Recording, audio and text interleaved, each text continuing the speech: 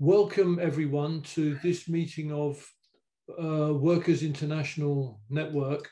This is one of our regular Sunday meetings, and it's a great opportunity this afternoon because we have Anthony Kotsis with us, who's been involved in the labour movement in Greece for decades, and this is an opportunity to really make an appraisal of revolution and counter-revolution as it's transpiring in Europe. The Greek working class, probably more so than any other working class in Europe, has been at the forefront of resistance to fascism and austerity, fighting back against the horrors of right-wing regimes. Even from the time of the Second World War, the brutality and the heroism shown, the brutality that the Greek working class were subjected to and the heroism that they showed in resistance against the Nazis was second to none in the fight against fascism across Europe.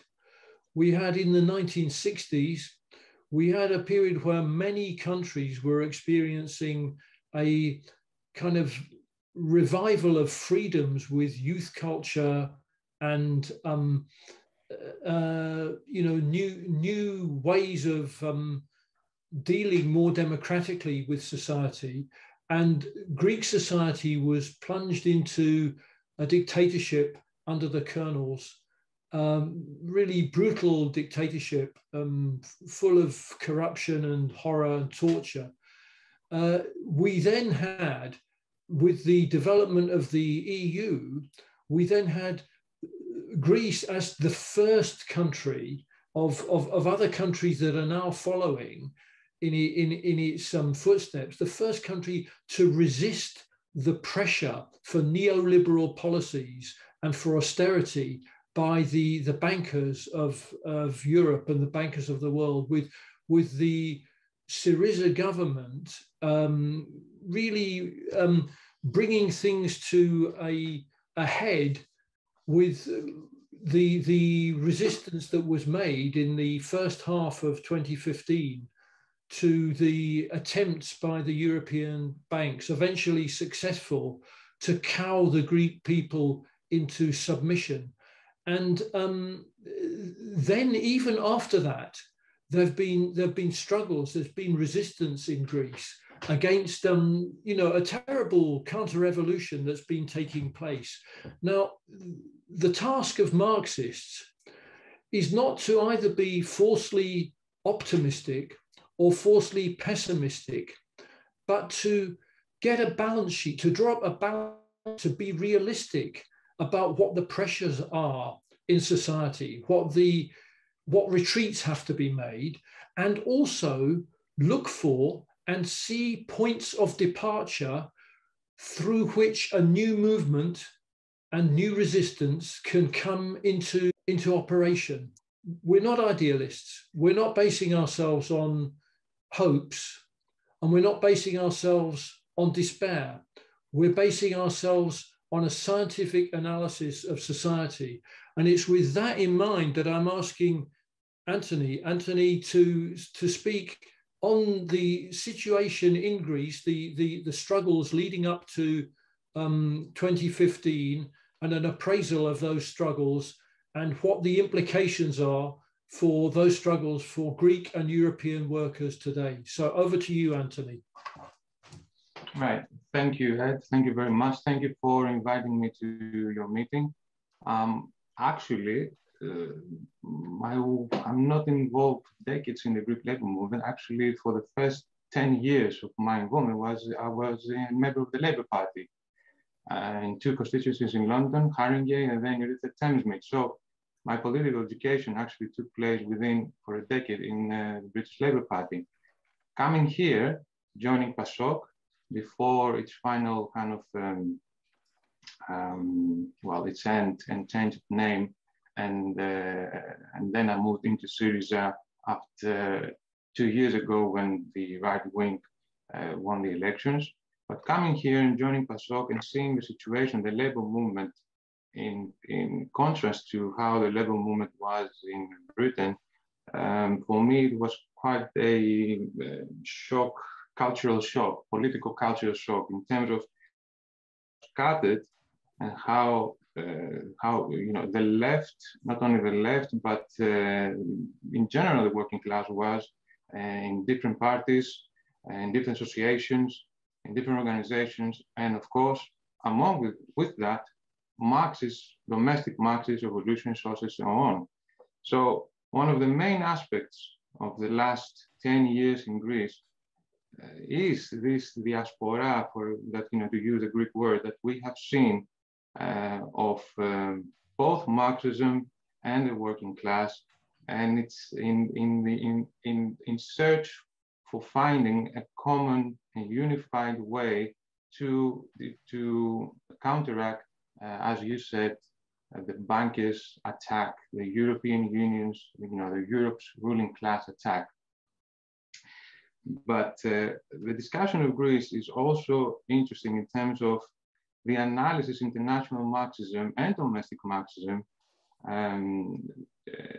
had in relation to the movement of Greek society in those days, how Greek society reacted, and in the way SYRIZA developed, in the nature of the mass demonstrations, the class nature of mass demonstrations that took place for many years in Syntagma Square, in the nature of the Greek labor movement, of how it reacted, was it revolutionary, was it not? In the nature of SYRIZA, was it a workers' party? Is it still a workers' party? Is it ever going to be a mass party?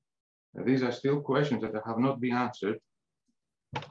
In the way the role of the middle class, the political representatives, the reformists to be exact, all manifestation reformists took the role in those events. And most importantly is the infatuation that Marxists, big percentage of Marxists had with this populist surge that took place through Europe, South Europe, to be more precise, and the way Marxism rallied, Marxist tendencies, Marxist organizations rallied under middle class banners under the notion of critical support, which for me has always been a very problematic notion, critical support.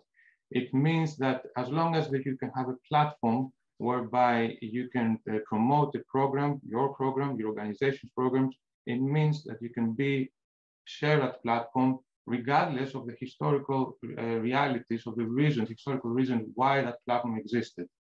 So under the notion of critical support, a lot of revolutionaries found themselves attached to reformism, to populism, on the basis of being able to promote their own organizational material needs, rather than thinking of whether the existence of that platform was a development of class struggle and class motion and advancement of class consciousness.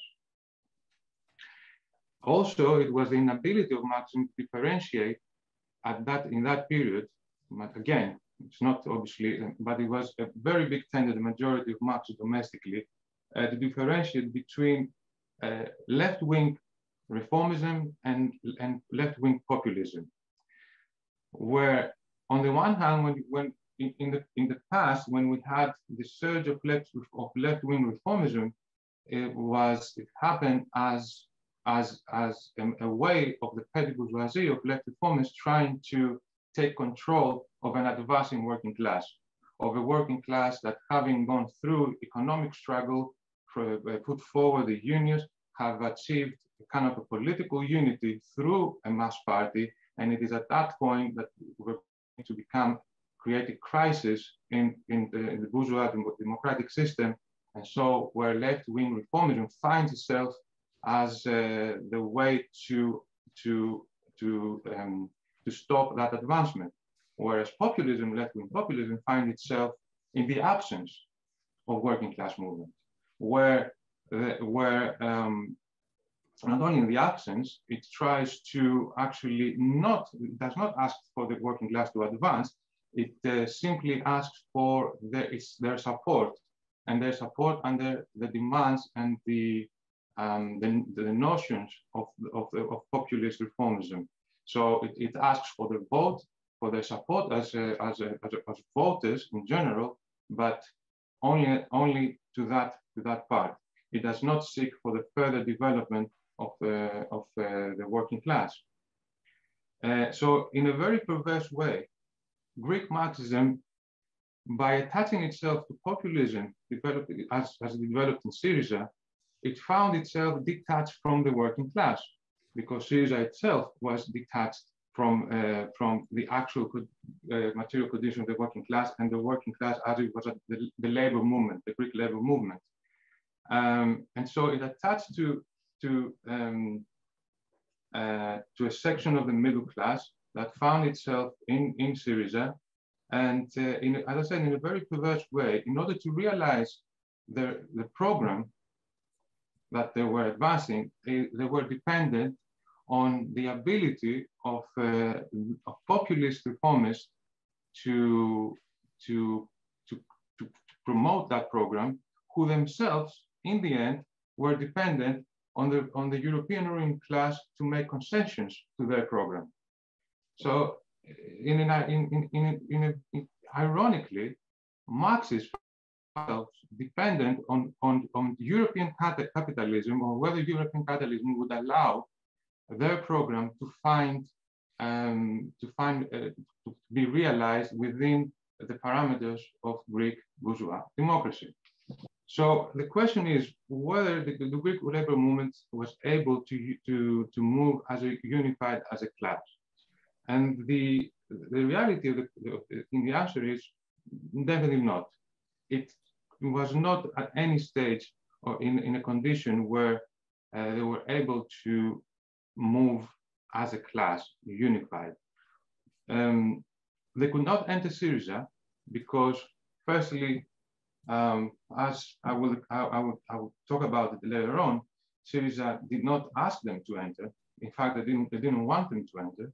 But let's not forget that when SYRIZA was created in 2004 as an alliance of factions organizations, it operated as such. It operated under an alliance of factions. So it was almost impossible, in order for someone to go into SYRIZA at that period of time, you needed to go through a faction. You actually had to not become a member of the faction, but the whole discussion would be in terms of the program of each faction and what positions each faction could have within the organizational structure of SYRIZA, and how prevalent its organization of faction could be. And the other, of course, aspect of the ability of the Greek labor movement to move in a unified manner is that it had abandoned PASOK since the 90s. After the collapse of Andreou government in 88-89 and the national unity government, which funnily enough, it happened again 25 years later. And it's funny how, we know that, how ironic how history kind of repeats itself. But in the 90s, PASOK was abandoned, both by the most the avant-garde of the left itself, and even the union bureaucracies, obviously having had a special relationship with PASOK, and knowing very well that that they could with simple minor industrial actions, they could shake the PASOK government or the internal balances of PASOK leadership. They themselves had created this bureaucratic link, and they themselves had unions had also moved away from actual participation within PASOK. So PASOK was abandoned in the hands of the modernizers, as they were called, which is sort of, Blair third way type of notion of the time, who obviously by 2011, when it came to 2011, they very easily sacrificed one of the most significant parties in order to push forward for the vote for the second memorandum. So they sacrificed the Workers' Party under the notion of the responsibility towards the European ruling class. So in 2011, Papandreou Jr., the son of Papandreou, was in fact the person who actually, in a very ironic way, the person that ended period of PASOK. In 2011, when the second vote of memorandum took place, 22, I think, MPs, left MPs, voted against it. They were expelled immediately from the parliamentary group. 2 also had been expelled in a previous vote. Another 20 or 30 were told that they wouldn't take part, wouldn't be part of the list, of the electoral list in the future elections. So like that, PASOK government fell, obviously lost its majority, and it pretty much, having played its role where it put forward, it voted for the memorandum, it retreated and allowed the right wing and the bankers to create an interim government. The Greek labor movement, obviously, as I said, had taught not to operate like that. Whenever there was a crisis, it would only take a union with a prolonged industrial action to shake not only a PASOK government, but also a government of New Democracy. Now, when New Democracy in 1990 took over under Mitsotakis, which is the dad of the current prime minister, we had the teachers' union in 90 that went into industrial action, and in 1991, 1992, the bus drivers. They went in long industrial actions, month, and they shook to the ground the government of New Democracy, creating a major internal crisis, which in the end it fell after a year. Now, so it had taught that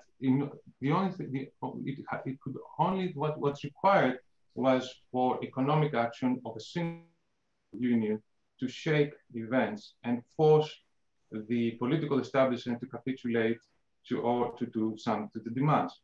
Of course, this time things were different because the Greek labor movement this time was not running up against a Greek government. It wasn't just right-wing Greek government or PASOK.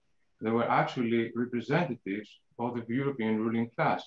And to an extent, in 2013, when New Democracy came back in power, now in a national government, well, not a national government, but with partners PASOK and the MAR, which was another center-left party that had just been created, partly from PASOK, members of PASOK, and partly from members of Synasπισμός, which was the predecessor of SYRIZA.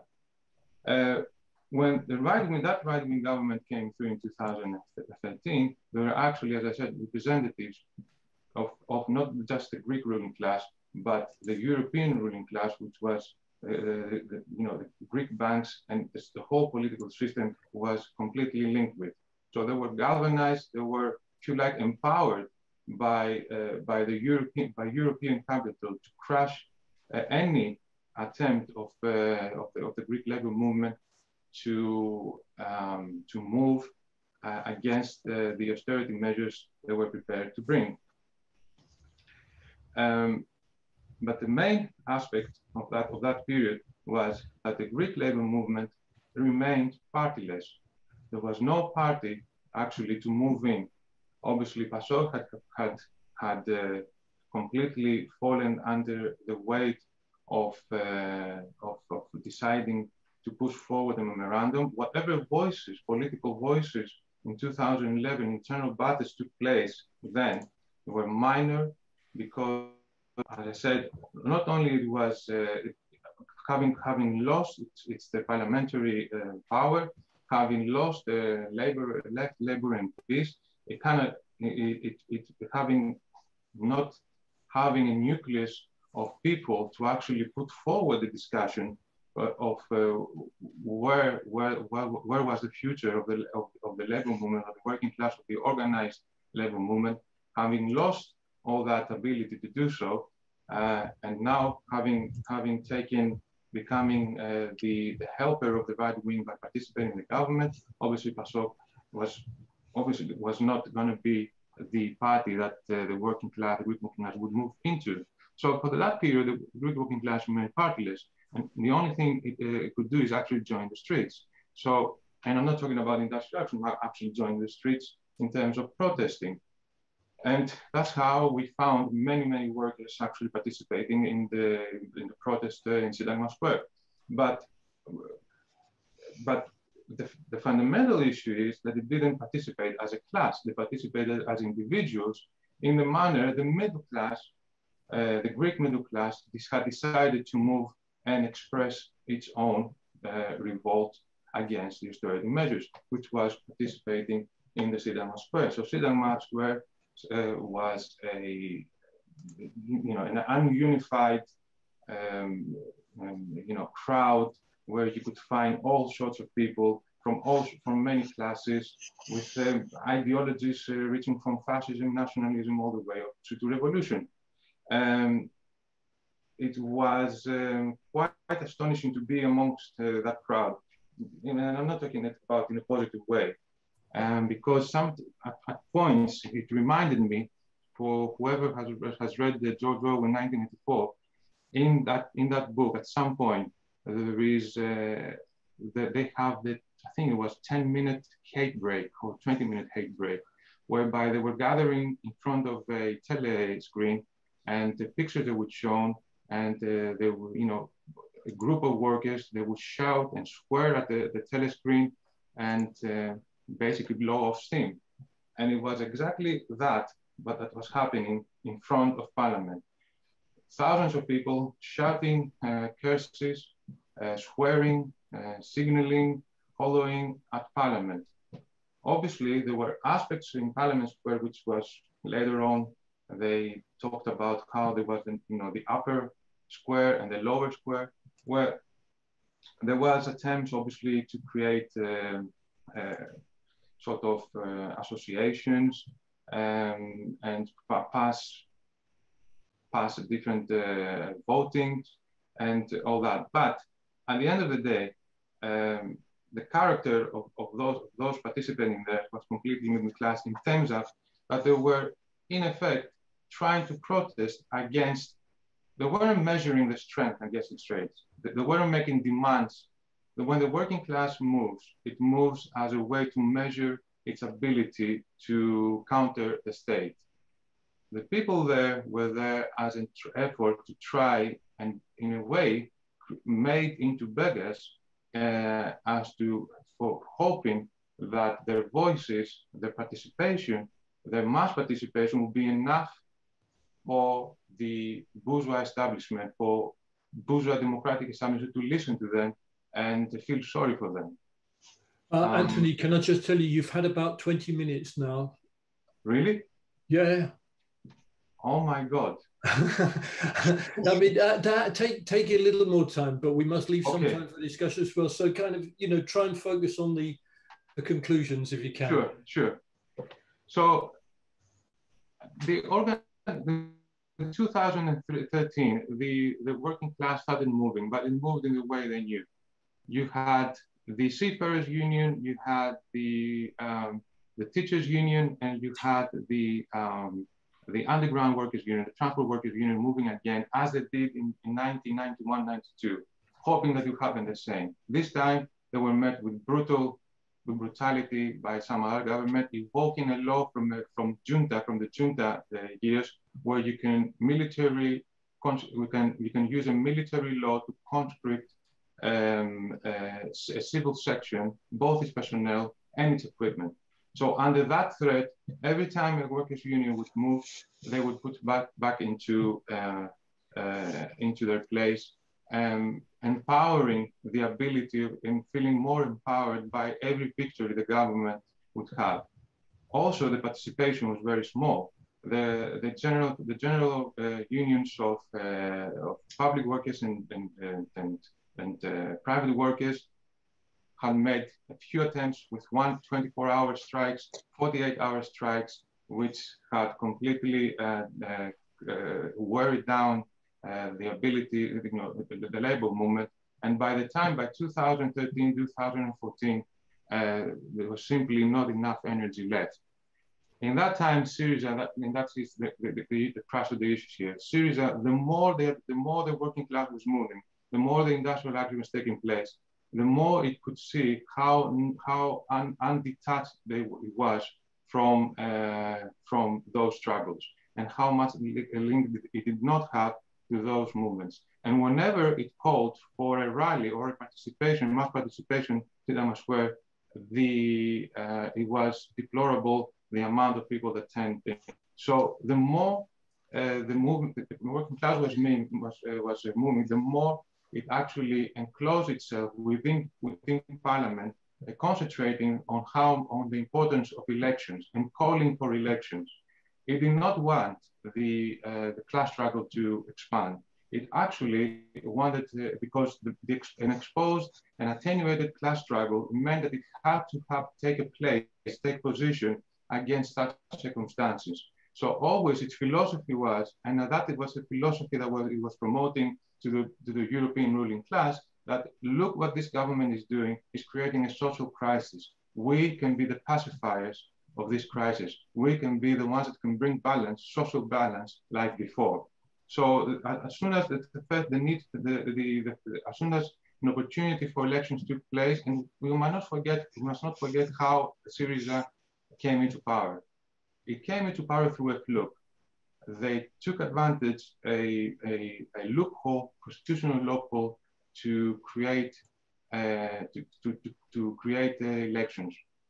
Well, the loophole was, if there used to be a law, if the parliament could not agree for a president, election would be called. Parliament did not agree for a president in 2014, so elections were called.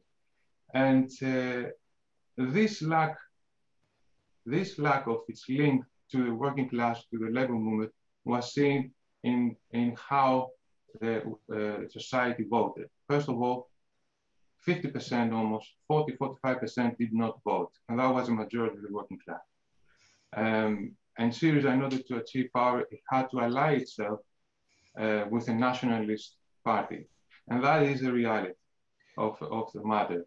By February, and after 6 SYRIZA took its role into delivering the memorandums like the governments before. The working class of Greece is still absent, it still lacks a party.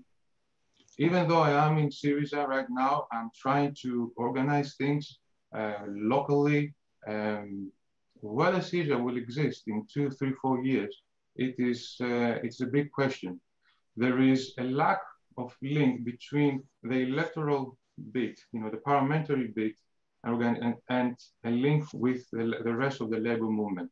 So much that one feels that if the next elections, and this is the way actually the leadership is moving and is operating, if the next elections are not successful, then you feel that it might, this big bubble might blow up. But more importantly, having understood where its electoral base is, which is within that 55% that's always been the voters, and those have always been the people in the squares, the same people that marched against North Macedonia and the deal of North Macedonia, that middle class, they are okay in terms of approaching that, trying to take as much of that bit. Rather, they're trying to radicalize the 45% of which is predominantly working class, that stays at home and has become apathetic and apolitical. You've had 25 minutes now. I think I'm going to leave it there, and we could have a discussion about it.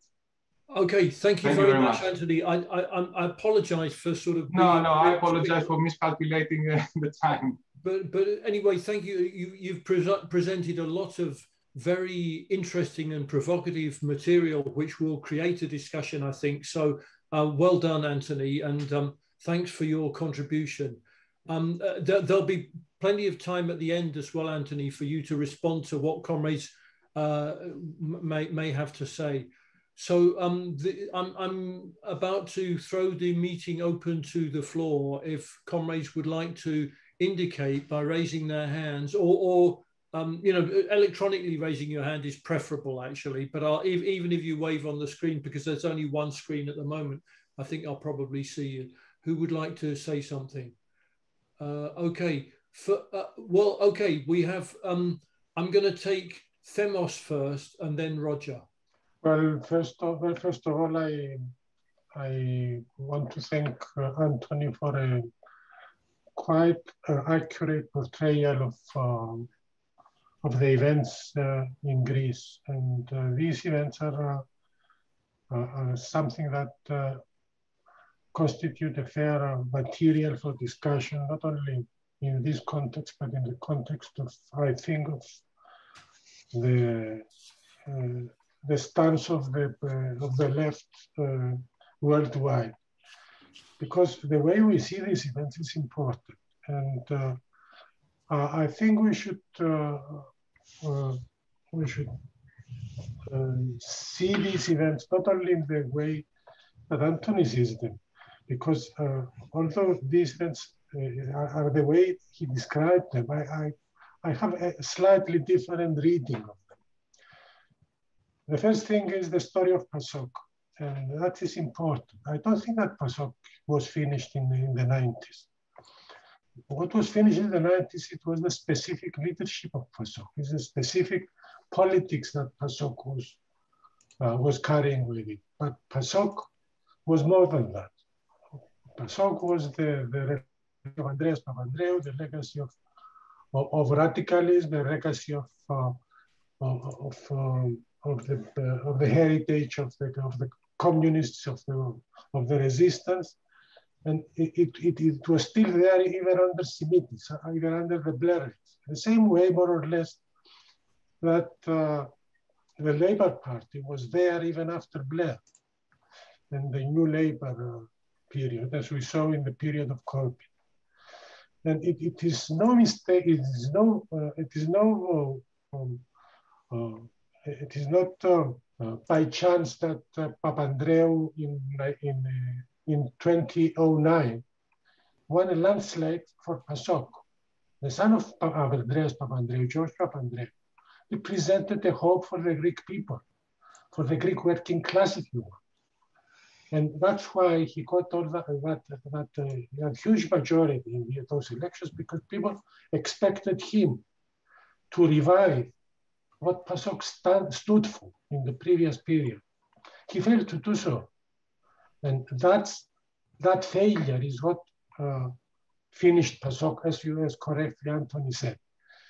And it's important to see that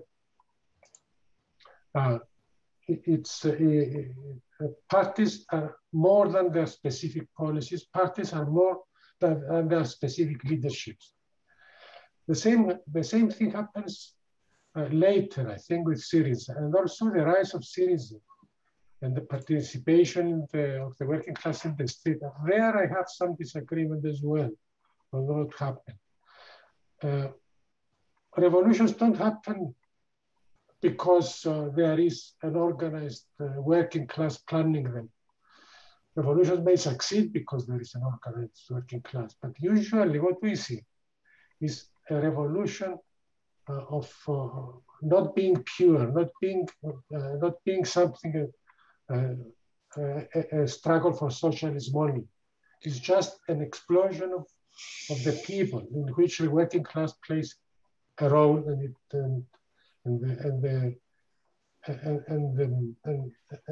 the significance of that role is crucial for the success of the revolution. The revolution in Greece, the events in Greece were revolutionary. And what happened in Syntagma Square, yes, it was middle class mostly. on the surface, but underneath, it was the rise of the people, including the working class. And there, I think that we should see that calling for elections was not just a side issue. It was important to turn that explosion into political action, and that's why SYRIZA succeeded. SYRIZA succeeded because he was part of this movement and because he offered a way forward by calling for elections, taking part in the elections, and succeeding in gaining power on the basis of a program that was pretty modest. It was the Thessaloniki program. And they tried to reverse austerity. But to do that, they had to fight the European ruling class. And in that fight, I think they did an admirable job throughout the first half of 1915. And the proof of that was that they were gaining support in the whole of Europe. They didn't yet win an outright support, but their influence was growing, and hopes were growing all over Europe and all over the world mostly. And crucially, they won the Greek people. I mean, 62% in the referendum of June the 5th.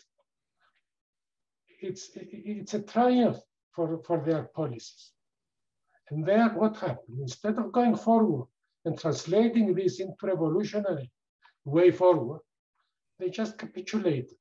And that's what changed the situation. So I think we should read a lot of revolutionary lessons into this development and see where it went wrong, how it went wrong, and what is going to be our work in the future.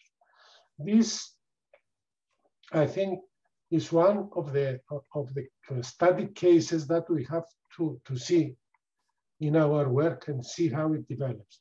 The others, of course, being Jeremy Corbyn in Britain, Bernie Sanders in America, the Arab Spring.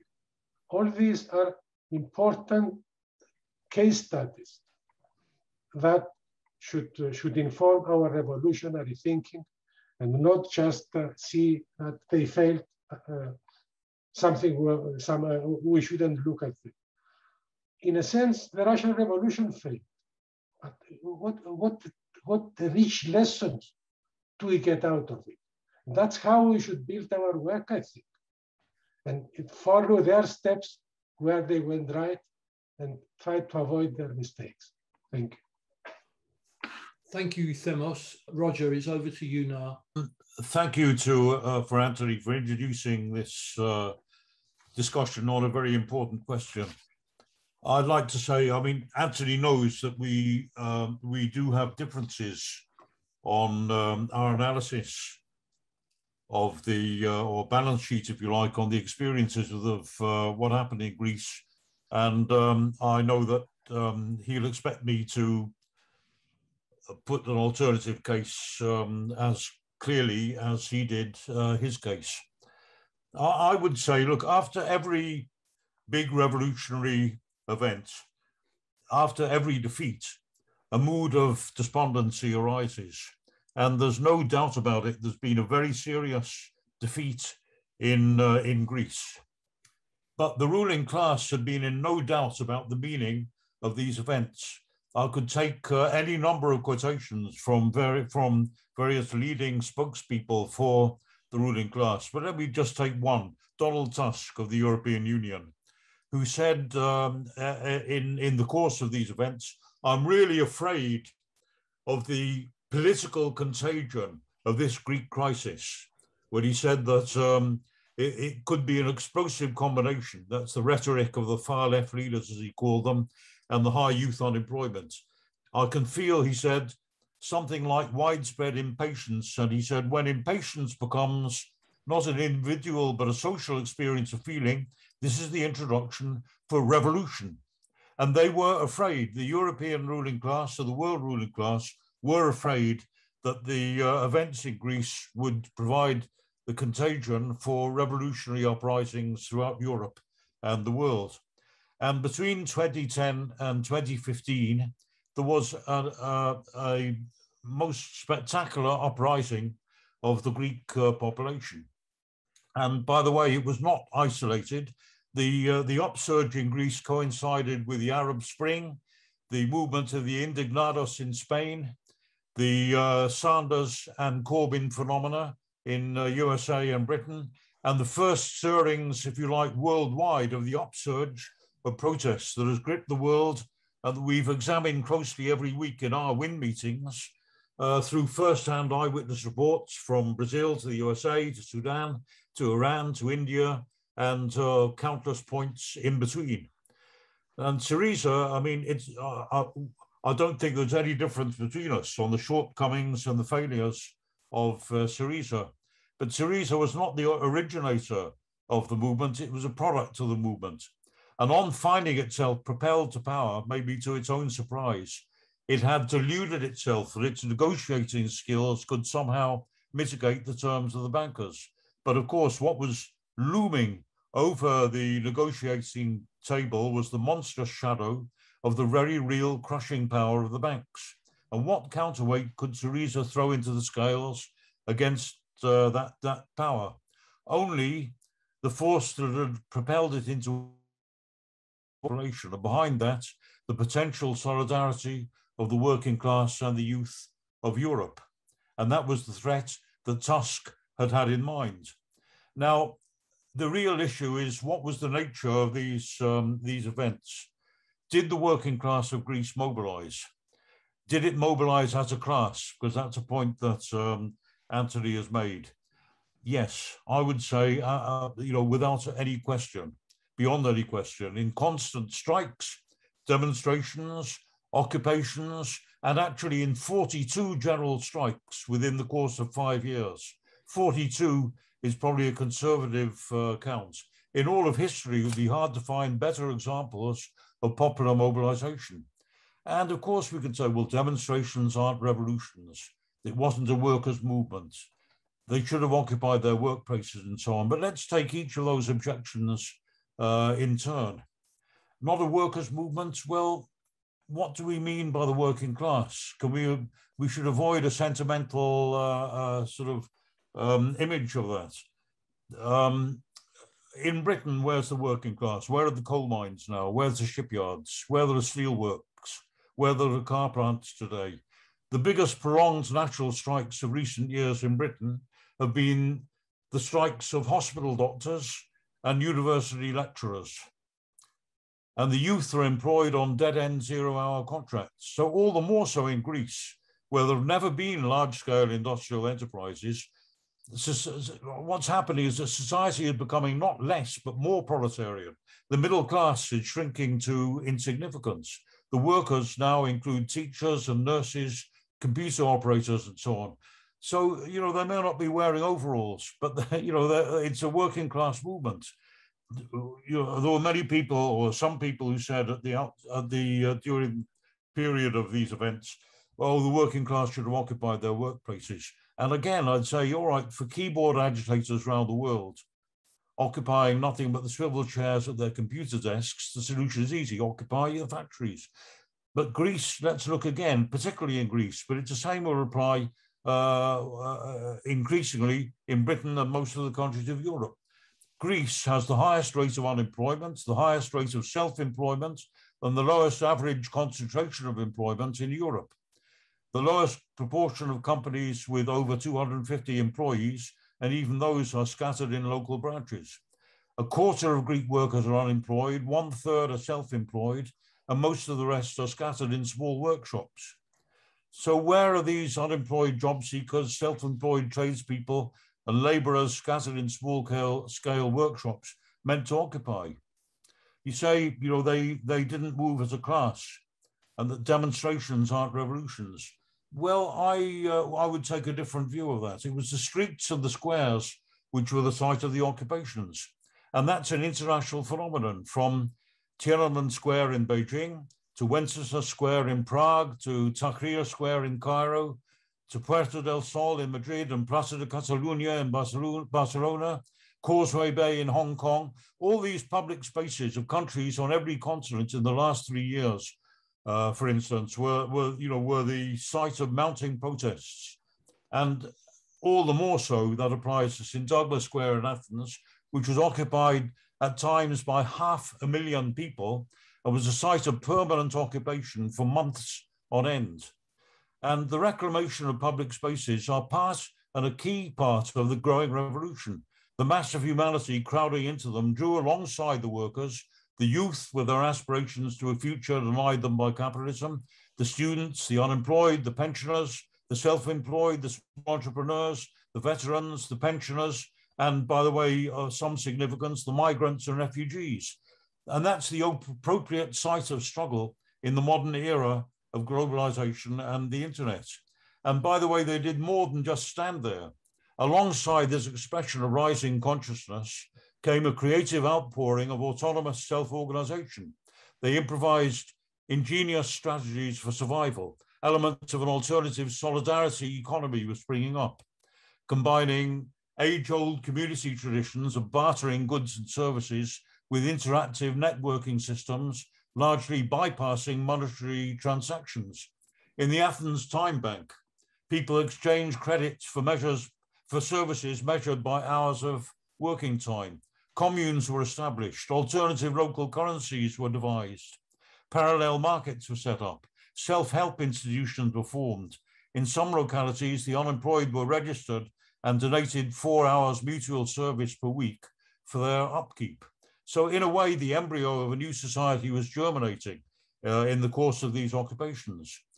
And the government, what the government should have done, the SYRIZA, of course, completely failed, and they completely deluded themselves that they would be able to somehow negotiate some way out of the impasse.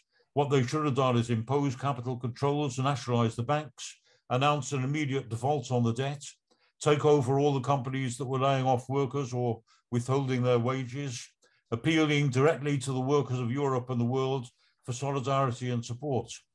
But if I can just add, it was not the working class that fell short of those tasks. In an opinion poll in the course of these events, 33% of the population voted in so many words for revolution. 35% of the population had personally participated in street protests. More than a third of the population had personally been on the streets fighting for their cause.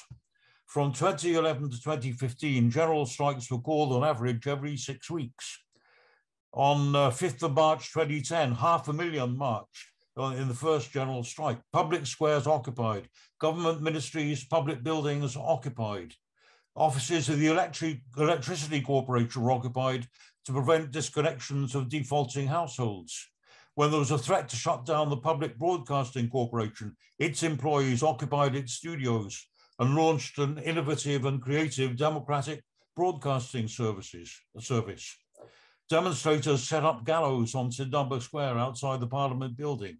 Improvised slogans were shouted and inscribed on their banners. And by the way, these angry, witty, revolutionary slogans were written not just in Greek, but in English, Spanish, French, Italian, and German, in a conscious and explicit appeal to the workers in those countries to follow suit and to defy their bankers and their capitalists too. And finally, look at the referendum of July 2015. Of course, it was a trick by the SYRIZA government. They sought to evade responsibility for their coming betrayal by asking the Greek people to provide it with an alibi by placing the onus of decision on them. But look what happened. By a margin of almost 2 to 1, the Greek people cried no. 61.3% defied the troika's blackmail. Practically every single demographic category voted no. People at every single level of income, 85% of young people, but also between 60 and 72% of every other age group, except for the over 65s. And even there, 48% of pensioners voted no. And when that very night, Tsipras confided in Varoufakis his intention to ignore the results and to capitulate, he admitted that the one thing that was motivating him was fear, that he personally would end up in front of a firing squad. He said so in so many words. And what an insult to the hundreds of thousands of partisans who had given their lives to single-handedly overthrow the Nazi occupation, and the hundreds of workers who were gunned down as they stormed the Nazi labor ministry and forced them to withdraw their policy of enlisting them as slaves, or the students of the Polytechnic in 1973 who defied the bullets of the colonel's dictatorship. But where do we go from here? SYRIZA, I quite agree with Anthony. SYRIZA was almost an accidental phenomenon, which was just an outgrowth of this popular movement. It sprang from nothing, but even PASOK had sprung from nothing. It came overnight with the downfall of the colonel's regime in 1974. There is a tradition of spontaneity in Greece, and I think we will see new formations and new movements of defiance in the years that are coming. Thanks, comrades. Thank you, Roger. Well, I see David's got his hand up. I'm just going to read out a question that came up on the chat because this may provoke further discussion. Apologies, multitasking, so can't, this comes from Ian. I'm multitasking, so can't come in and ask a question live, but I wanted to ask what Greek and other comrades make of Varoufakis and his new party, the only left SYRIZA force to break through into parliament at the last election. I think Anthony might have mentioned it as a centre left, though I might have misheard. In any case, I wouldn't agree. I'd see it as a radical left, at least as much as SYRIZA itself. Varoufakis split from Tsipras clearly to his left, and after years of implementing austerity in government, surely the Tsipras group is finished as a vehicle for radical change. So that's a question that may stimulate some thinking amongst other comrades. Go back and refer to it if you didn't catch everything I said. It's over to you, David. Comrades, I was a little reluctant to come in and with a series of questions, but let me put these. If I heard correctly, I heard Anthony say that the Marxists were constrained by the limits of European capitalism, and that was a decisive factor. Let me just reflect on that. I put it as a question, but let me just reflect if that was the case. And the other point, which somewhat aroused my curiosity was this question that it was just an explosion, not a socialist movement. Was that really just the character of the huge upsurge, which led a left party into power with a large majority? Let me just raise those questions, and then make some comments. I think that the introduction was raised some really important points, although I think we might have needed some more familiarity with all the chronology of events, because there's so many things happened. And Roger did a marvelous job in terms of pulling together, all the variety and the depth, of that movement and what a challenge it posed. But what we have seen, from my perspective from a distance, is a relatively small European nation standing up against, the dominant powers of Europe and attempting to avoid an austerity program and to offer some alternative to austerity, to mass unemployment, and in a sense to the destruction of a nation. And I think what I've read about Greece in the period since the imposition of the austerity that the European capitalists wanted is that there's been a flight of the youth from the country. The population is in decline. just about every indicator of financial health, for instance, the ability to pay back debts, has only been made possible by the extension of further loans. And so it's not as though capitalism has intervened and been able to stabilize and revitalize, you know, the small part of capitalism in Greece. It seems as though it's a nation of walking wounded, of youth which are in despair, of older generation which have given up and not known what to do. And yet there has been a tremendous still a spirit among Greek people, if I could put it at times, despite all the horrific pressures that are on Greece at the moment, with the intrusion and having to accept a large number of refugees, which raises all the tensions in that population, of actually having somewhat on the ground, somewhat developed a policy which has been able to absorb that.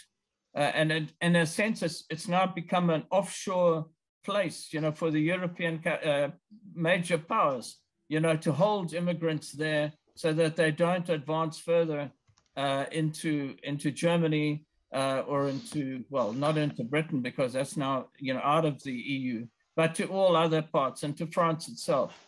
And so it's had this, it's terrible crushing, and yet in a sense, the nation, to look at it, abstracting from some of the class perspective, has still retained a certain capacity, despite, the devastation that has been wreaked on the people, the working people, and those possibilities. And I just want to look at, at some issues.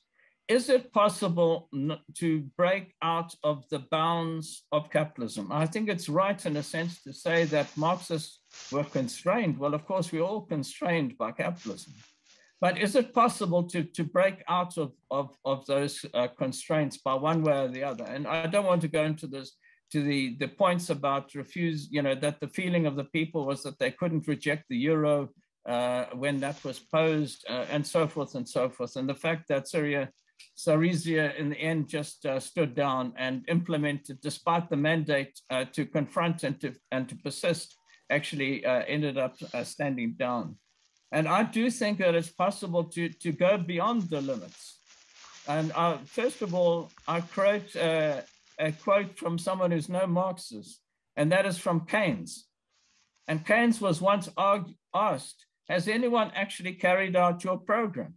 And he said no, because no party, no government has actually had the courage to do it.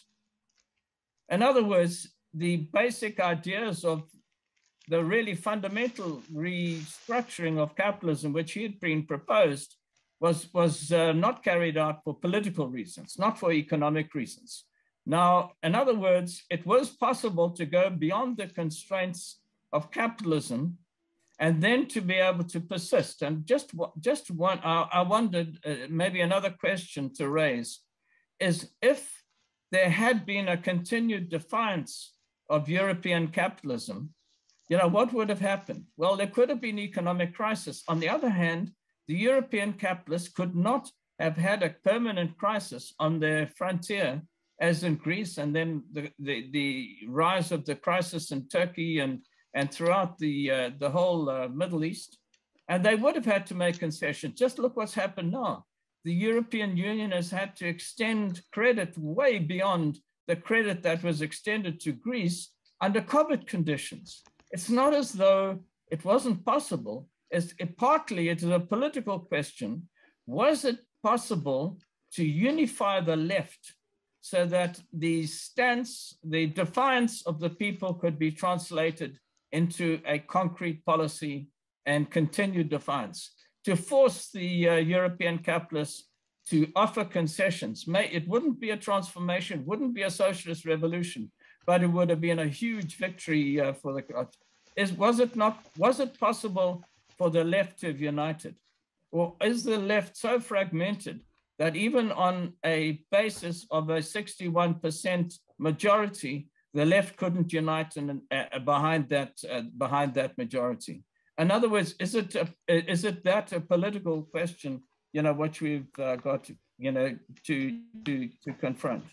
I just leave that question open, and I look forward to some answers. Thank you very much, Dave. Next speaker in the discussion is Aman. Thank you.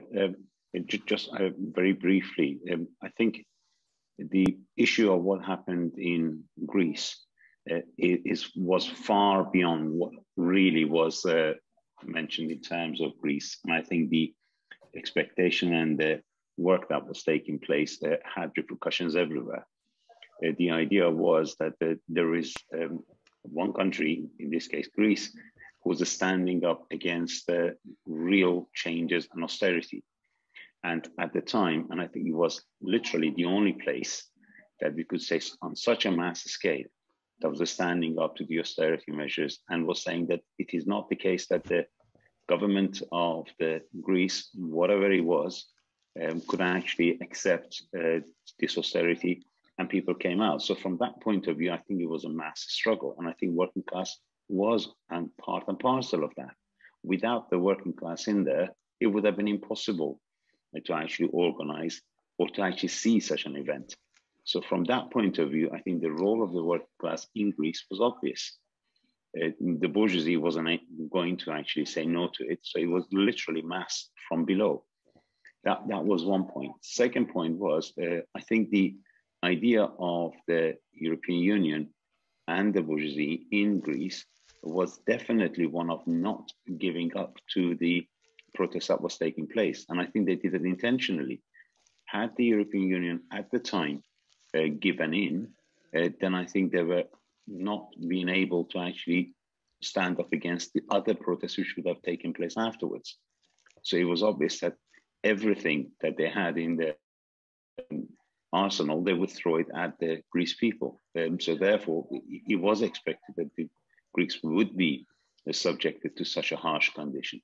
Given that, I think it was paramount to recognize that the left could have done more. I think in terms of what was just mentioned from what David was saying, there was room to actually form something as a barricade against the attack of the bourgeoisie. That was definitely, I think, one of the main issues on the agenda for the Greek left and the working class in that case. I think the working class, I think to a large extent, is not, as Roger did say, is not just the people who are wearing the greasy overalls. It is spread across the whole country. So the actual protest that was taking place was on such a massive scale.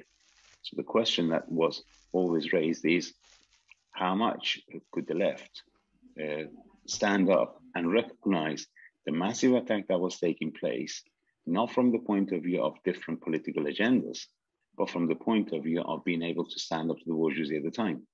It's very, very clear that that did not materialize as much as it could have had in order to be able to actually withstand it. I think that that part of it is definitely correct. But there is one issue which I just wanted to mention, and that is it's very different to look at the whole scenario afterwards. And I think that is important to what could have taken place at the time while everything was going on. I think afterwards we can see what the bourgeoisie did. I can see afterwards we can see a variety of issues that have raised, and therefore afterwards we could start picking up what could have been done or who's to be blamed or whatever. But at the time, I think it was clear, everybody could see, irrespective of how that movement was led, there was one thing definite: the mass protest from below was saying that they do not want what is actually being forced upon them. And I think in Europe at the time, that was a major big change, and everybody could see that occurring. So the question is not whether they actually succeeded completely or not, but the question is how they could have succeeded. And I think that at the time was a big issue, and that's what the left needed to have answered. And that's it. Thanks. Thanks very much, Aman. I don't see any hand up. With that in mind, I'm going to make a short contribution from the chair. I think what happened after 2015 is also quite illuminating in our understanding of what's happening in Greece, because there's no doubt, I think every comrade agrees here, that 2015 was a big setback, a big defeat. And yet the struggle in Greece against austerity and against the establishment still continues. It continues on the streets and it continues in the universities. 3 years ago, in 2018, there was a general strike against austerity. May not have been quite such a big strike as the 42 that Roger mentioned, but nevertheless, the working class is still alive, is still fighting back. Greek workers this year struck against labour reforms. All transport stopped, ferries, docks and ports all stopped. And this was over changes in the right of employers to force workers to work longer hours. There were 10,000 people in a rally outside Parliament. There have been protests of health service workers. There have been demonstrations against the intervention of police in the or against legislation that would have allowed police to come back into the universities, which is something that students are highly opposed to. Protests in Athens against police killings of a 20-year-old Roma man by the infamous police motorcycle units who operate apparently kind of out of any control of other sections of the police force, out of any judicial control.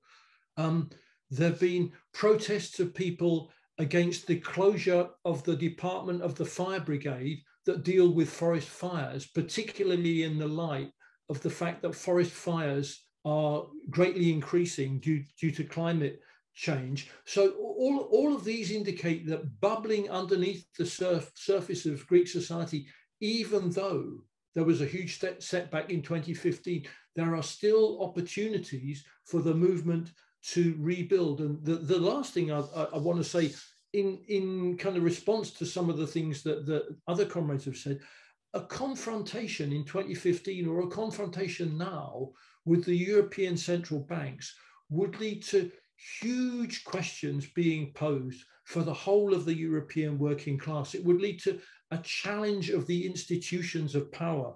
It would have been a defiance against the whole of European capitalism, and it would have shifted politics out of the realm of parliamentary decisions. You know, that in order for the working class of Europe, the stalemate that it's in, we have a working class generally across Europe who would like to oppose austerity but can't see a way of doing it. In order to overcome that blockage, we have to have a movement that is mature enough to move beyond parliamentary forms of government, to look to solutions like the Paris Commune, where representatives are immediately recallable by the people who elected them, where representatives receive no higher wages than the average wages of the people that they represent, so that there's not a gap between the people and those who are trying to represent the people, as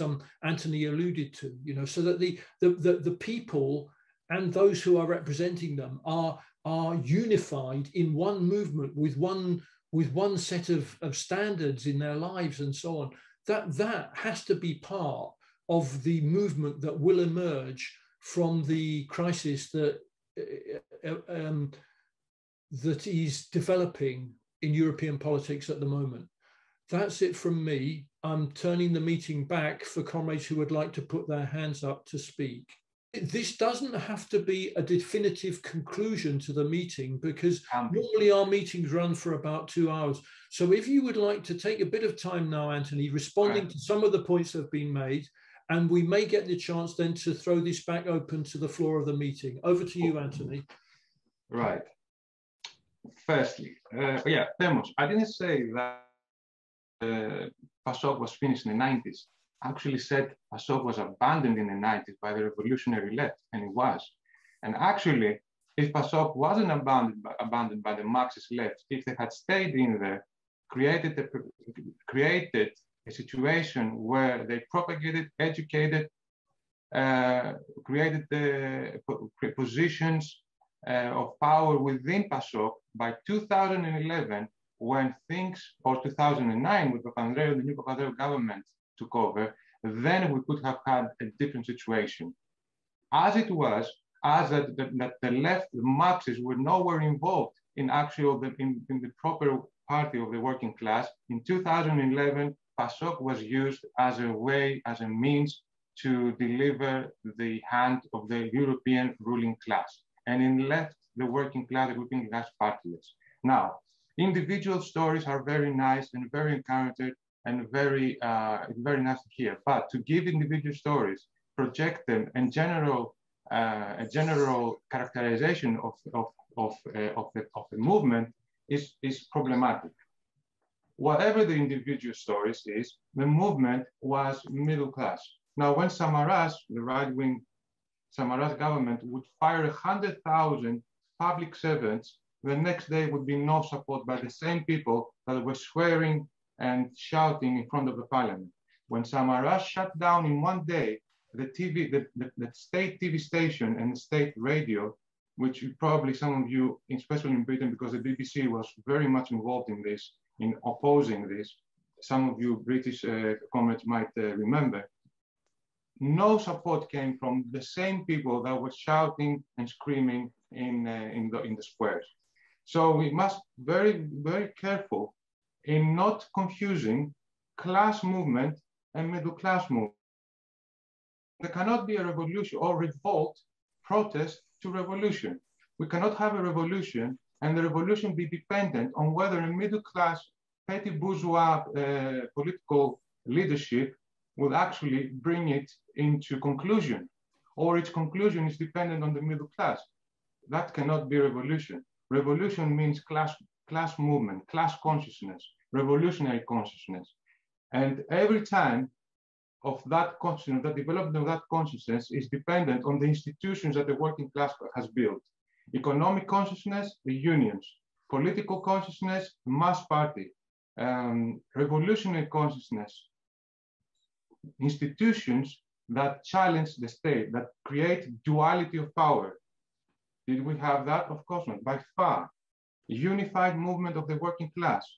No union came out in support of the other union. It actually allowed, each union allowed the other to see whether they would get the snake, get the wood out of the fire. When the teachers moved in May 2013, they actually, under the threat of imprisonment, they asked the National Federation of Public Workers to go out in a national strike at the same day their strike would start. Instead of that, the federation called for one-day general strike 3 days before, leaving them, abandoning them on their own against the threat of imprisonment. 2 days before the strike, the General Federation of Private Workers signed a new deal with cuts,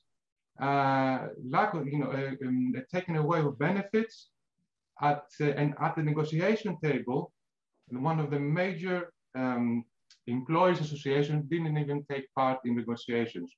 That's how dismissive of the labor movement and its ability to galvanize the working class into the streets. That's how weak the labor movement was, because if it wasn't, we weren't being the situation we are here.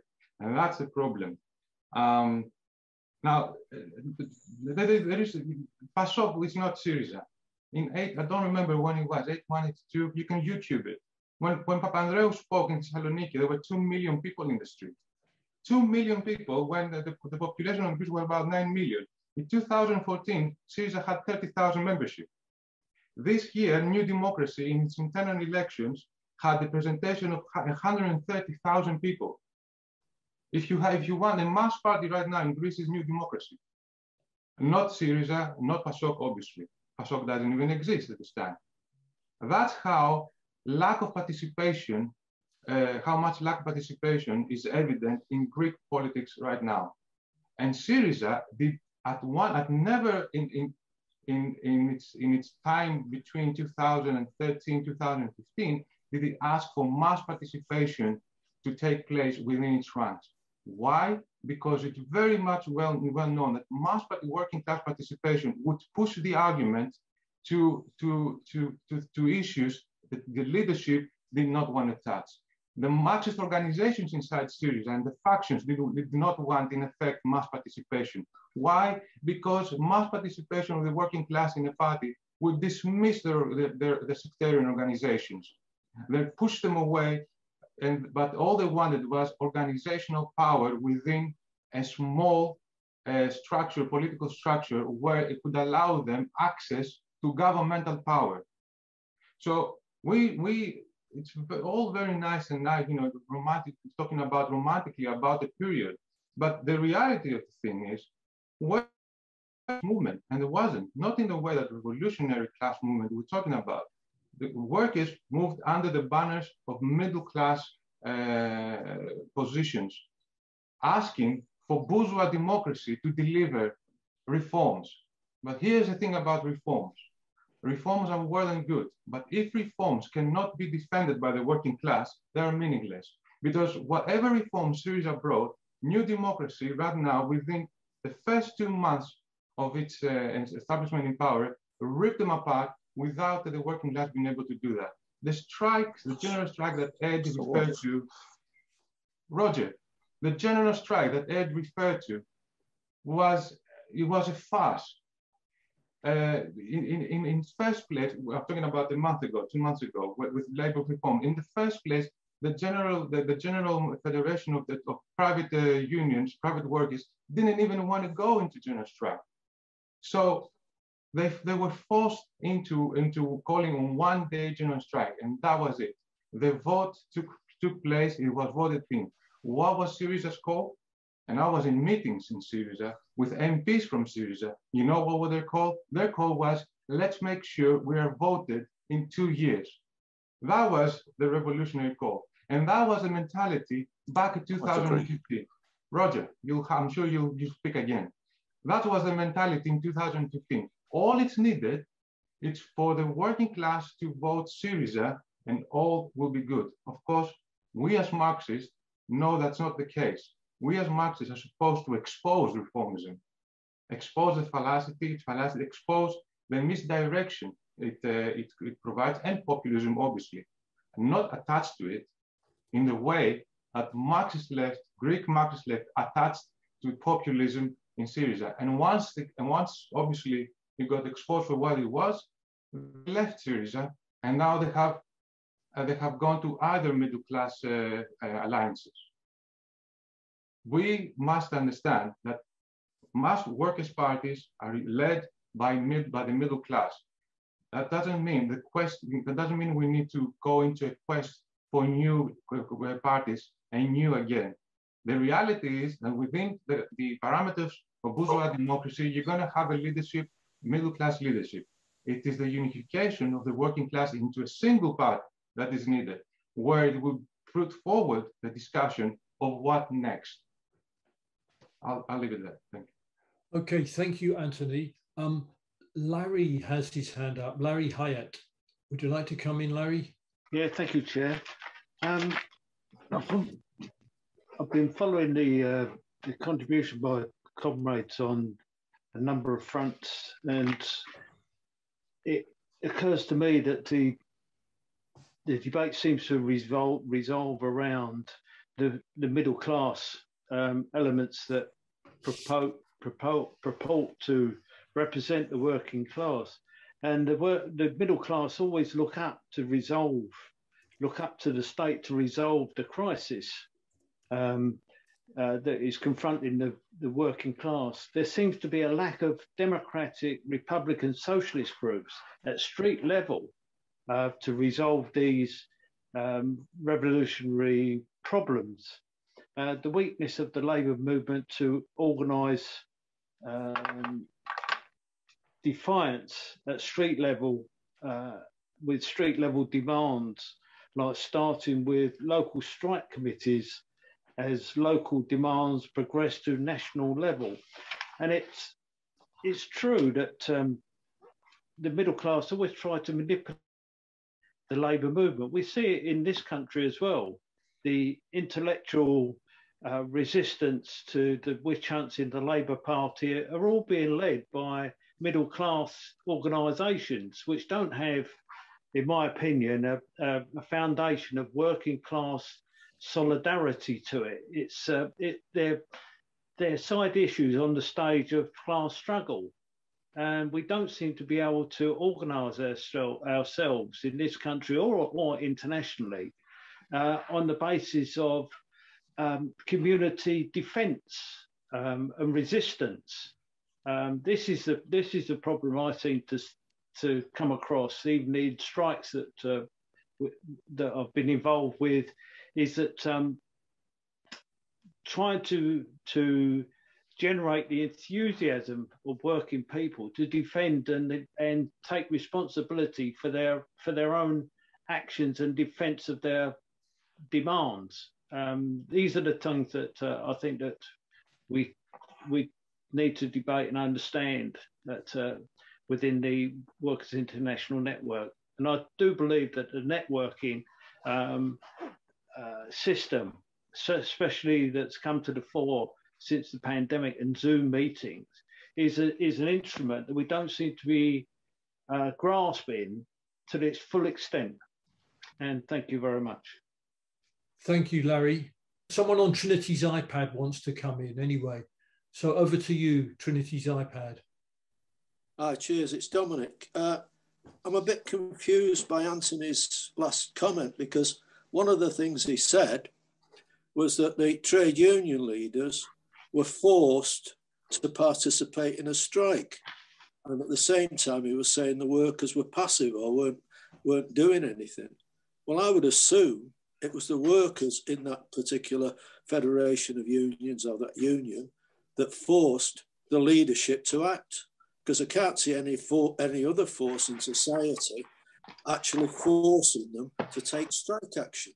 So it seems to contradict to an extent what he was saying in this contribution he's just had.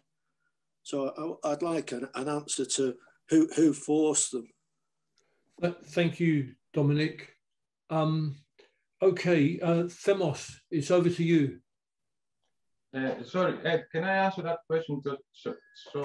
Please do. Right, yeah. Because I kind of talked about it very fast. So the Labour Centre, the Labour Centre of Athens, called for a general strike, and the public sector, the Federation of Public Sector Workers, called for a general strike on the day that they would vote for the labour reforms. Initially, the Federation for Private Workers did not really want to go, but they actually were forced by the Labour Centre of Athens and the Federation of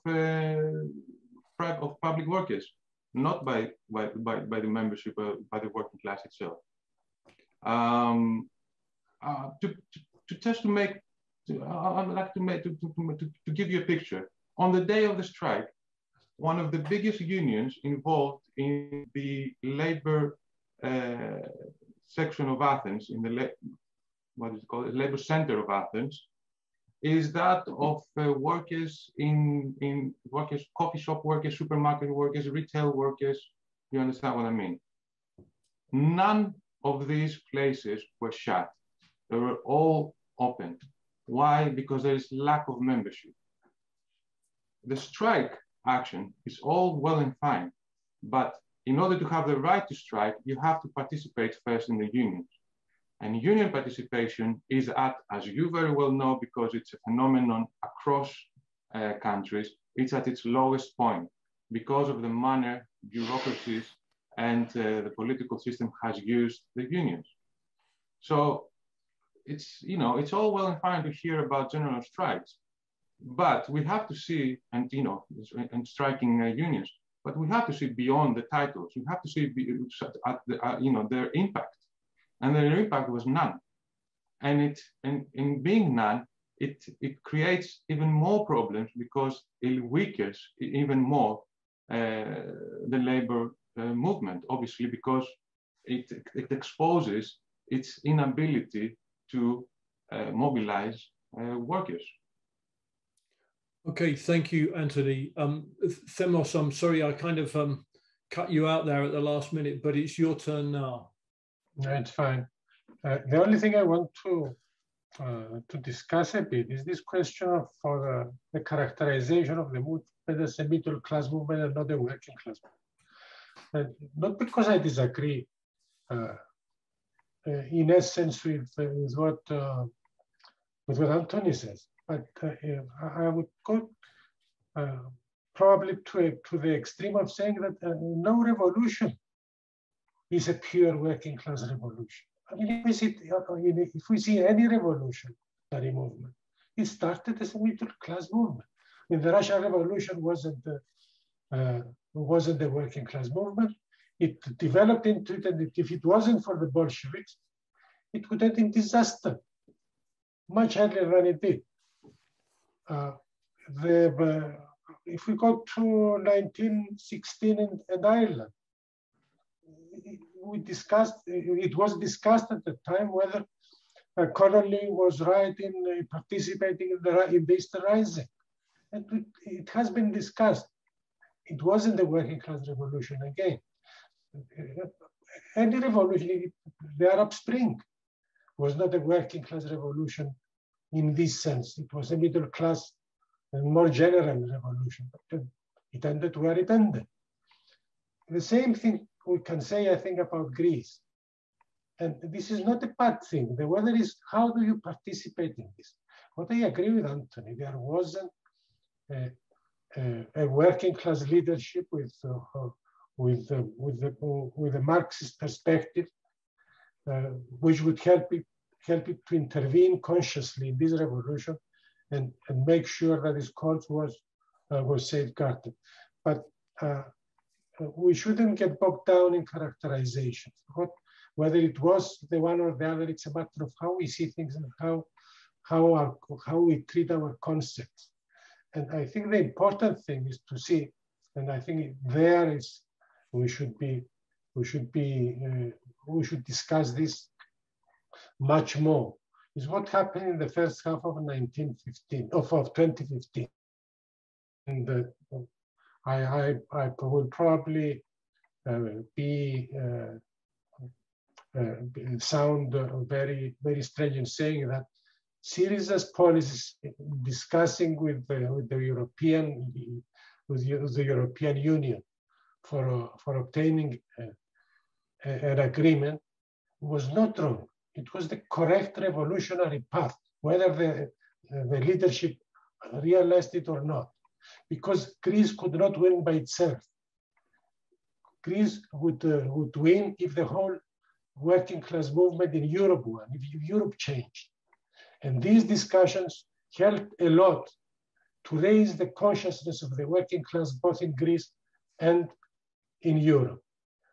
Of course, it had to be followed not by capitulation, but by a break with the European elite completely after the referendum. There was the crunch, and that, I think, is the important failure of SYRIZA at that time. Not the negotiations, not seeking a compromise with the Europeans, which it could never get anywhere. Thank you, Themos.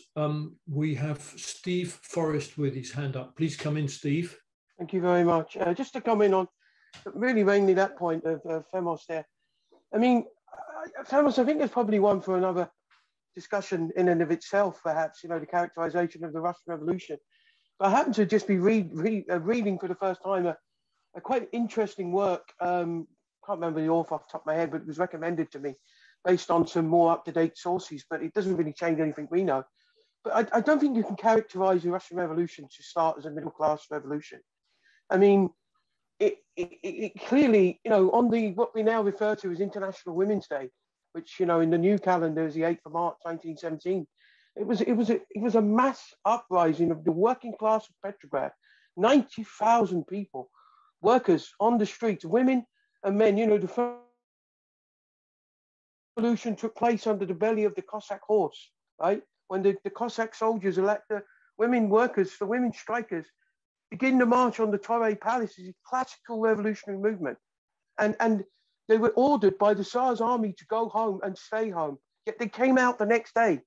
They came out and they picketed out in the Vyborg district and in other districts of Petrograd. They picketed out other working class people in factories across Petrograd. It then spread to Moscow.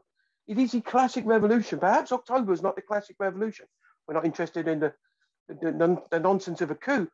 But it's not necessarily the classic revolution, but February is the classic revolution. October is the classic revolution in the sense that the working class was already controlled and organized through the Soviets.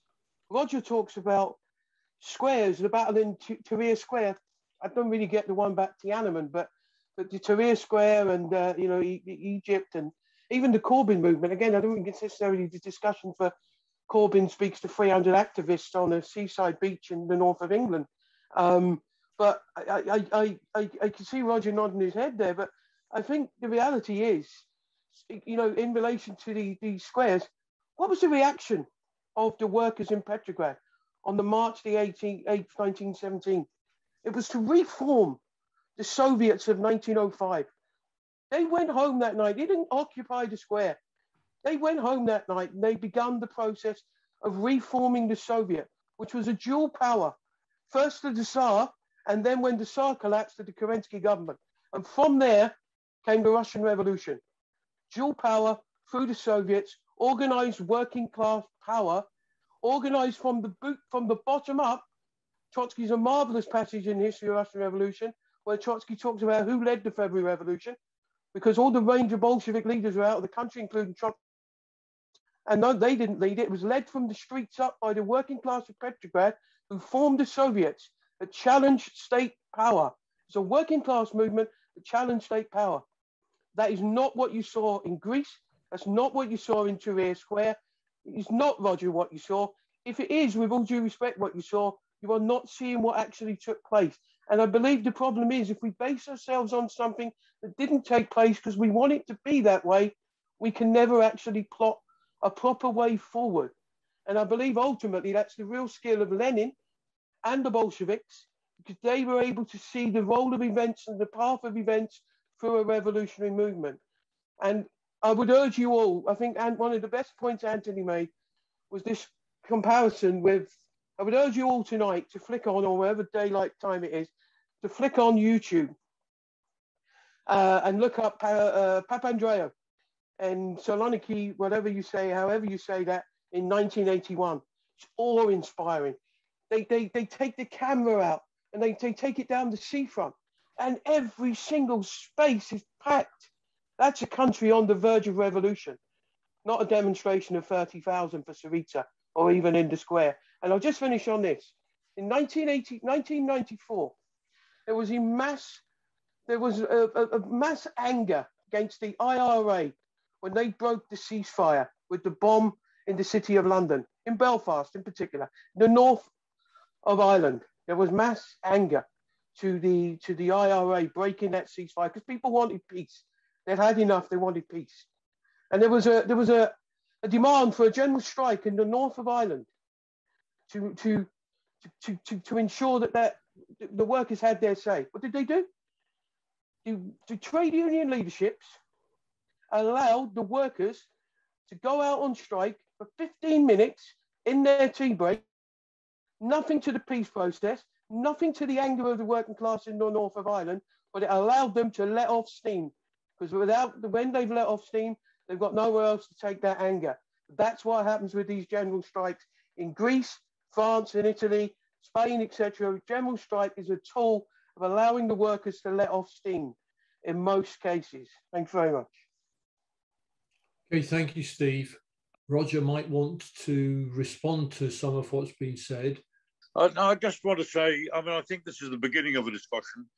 I disagree with a lot of what Steve just said, but I don't want to take them up now because it was on so many different issues on Ireland and what happened in 1981, and I can't remember what other, Tahrir Square and so on. The Russian but Revolution. I just want to say one thing.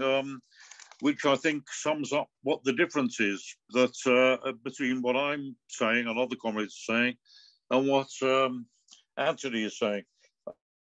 We don't have a difference about the role of SYRIZA. Anthony, all your denunciations, SYRIZA, I'm in complete agreement with.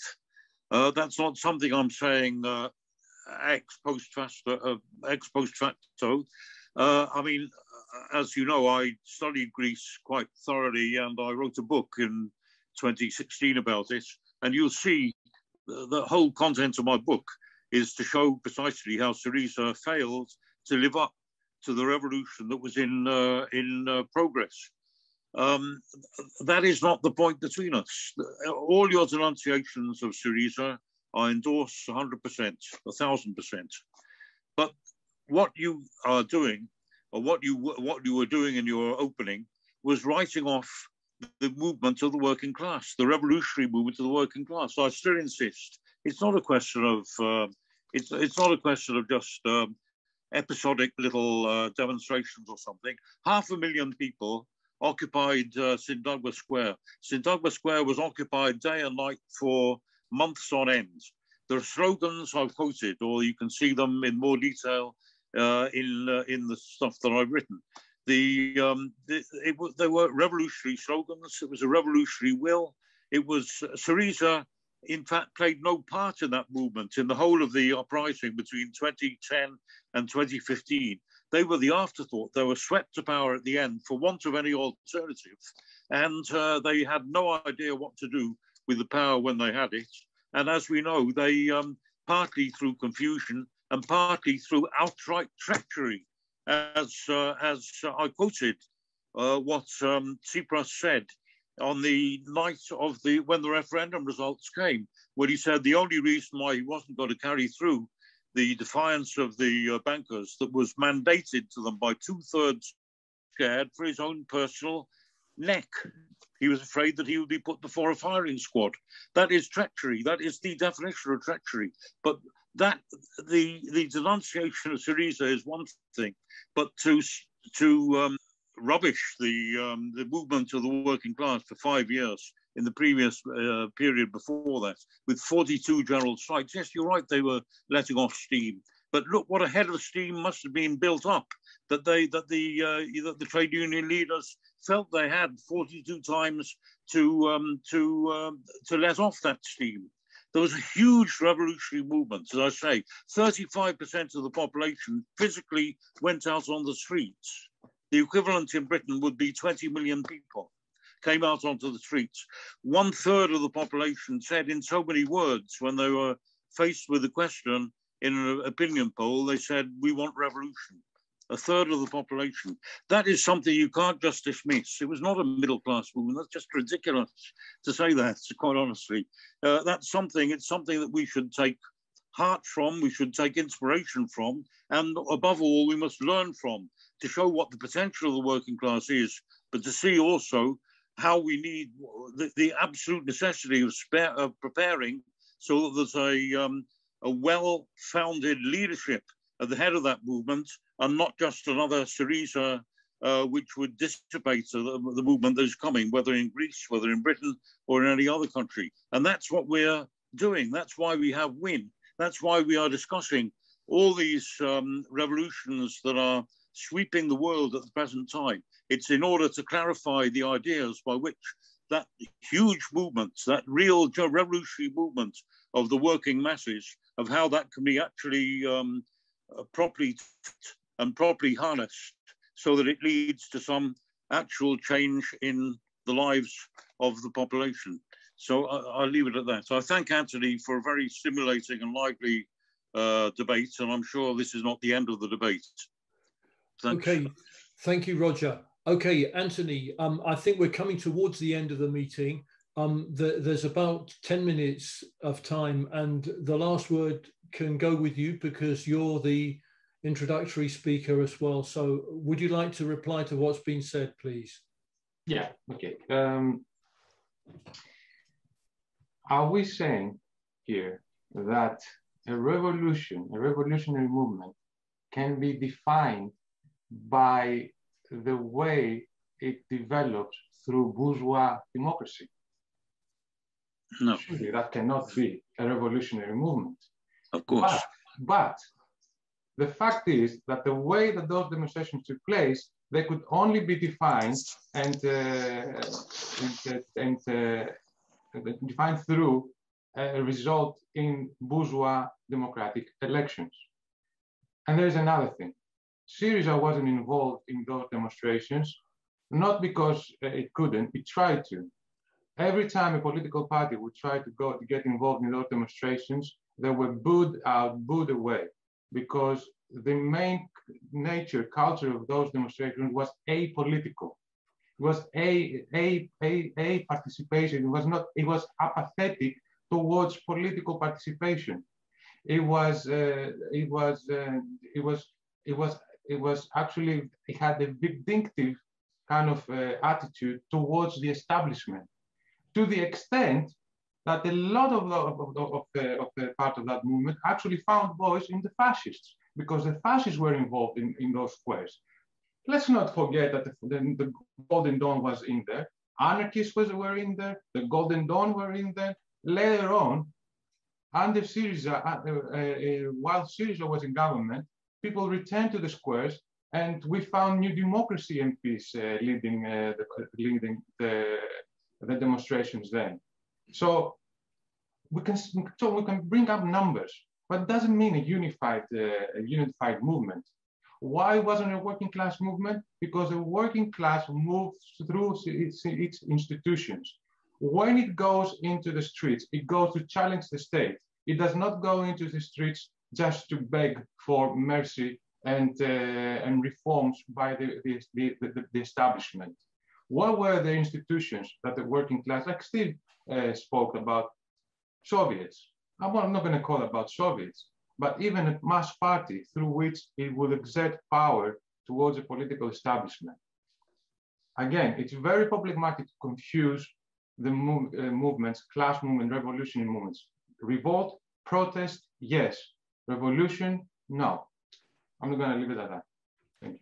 Okay, thank you very much, Anthony. I'd like to thank all the comrades who've spoken in this meeting, which I think illustrates the meeting tonight illustrates very well what WIN is trying to do. We are trying to create a genuinely diverse approach to understanding what is happening in the movement today, with a variety of different points of view having equal say in a democratic debate. So sorry to interrupt. Can I say something? Sorry to interrupt you. Please do, Anthony. First of all, because we're going to close the meeting, thank you for inviting me here. Thank you for Roger for inviting me here, even though he knows the differences that we have, and actually bringing someone here with a different perspective, as you just explained, despite and to have a broad discussion about things that we may not, of course, agree. So thank you for inviting me and giving me the opportunity to speak. Thank you. You're very welcome, Anthony. Thank you for coming and making your stimulating contribution. I don't think I have anything more to say, but I would like to just pass over to Roger, who will tell us about what the plans are for the next meeting of WIN. Okay, can you hear me? We've got you now, yes. Okay, right. Well, in all of these discussions, we always try to emphasize the revolutionary nature of the period and draw attention to the huge movement that is sweeping the world as we speak. But of course, we've always said as well, that's one side of the picture. There is a huge polarization taking place in society. There's a big movement of the working class and of the oppressed strata of the population in every continent. But there is also on the side of the ruling class, more and more there's the emergence of extremely repressive, dangerous, racist, and even sometimes fascist organizations and counter movements from the ruling class. And we want to examine the danger, to what extent they pose an immediate threat and an immediate danger to the movements of the working class. So in other words, what is the threat of reaction today? And Finn Geeney, who's here now, is going to be discussion. We're expecting that comrades from all over the world will participate in that. We'll give news of the dangers as they see it threatening them in their countries, and debating what is the real balance of forces between the classes at the present time. So that's next week. To what is the extent of the danger and the threat from reaction?